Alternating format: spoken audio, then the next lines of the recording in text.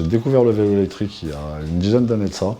Je travaillais dans un grand groupe, on va dire, de voitures, et on a commencé à rentrer les vélos électriques, et je suis tombé amoureux de ce produit le jour J.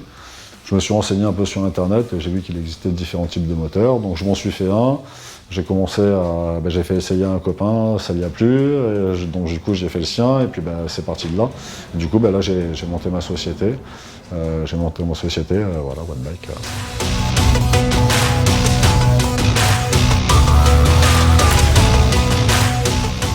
L'avantage du vélo électrique par rapport à un vélo classique, c'est que ça nous ouvre beaucoup de portes. On peut suivre les copains qui sont super entraînés, qui roulent par exemple tous les week-ends ou plusieurs fois par semaine. Vous, si vous sortez votre vélo une fois par mois, vous risquez de tirer la langue. Là, avec l'électrique, vous suivez sans problème. Il y a plein d'endroits où on aimerait bien aller voir et on n'ose pas s'aventurer parce que tout ce qu'il faut descendre, à un moment donné, il faut le remonter. Donc avec un vélo musculaire, c'est pas facile. Là, avec un vélo électrique, vous mettez un peu de puissance et vous montez vraiment partout, quoi. On monte des moteurs électriques sur tout type de vélo. Cela va du VTT au vélo de course, en passant par le tandem, le sidecar. On fabrique aussi des drift trikes. Voilà, on fait de la personnalisation de vélos, tels que des fourches un peu plus haut de gamme ou des freins. Voilà, les pneus, tout l'entretien. On fait aussi de la location de vélos. On peut faire de la peinture, on peut faire, comme je dis, rajouter d'accessoires, le passer à l'électrique avec différentes puissances.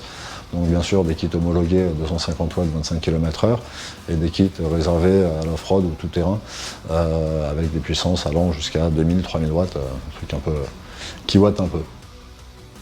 En location, ouais, j'ai du semi-rigide et des fat bikes. Donc c'est assez sympa dans l'Estérel, il y a beaucoup de beaux coins à voir. Le fat bike, c'est un vélo assez basique avec des gros pneus qui font office de suspension. Donc ce qui est très bien, c'est que ça a beaucoup de motricité, on dérape très peu. Il y a beaucoup de grip dans les montées, on ne cherche pas à éviter les cailloux, on peut passer vraiment dessus. C'est valable sur le sable et sur la neige aussi. Donc c'est des vélos un peu 4x4.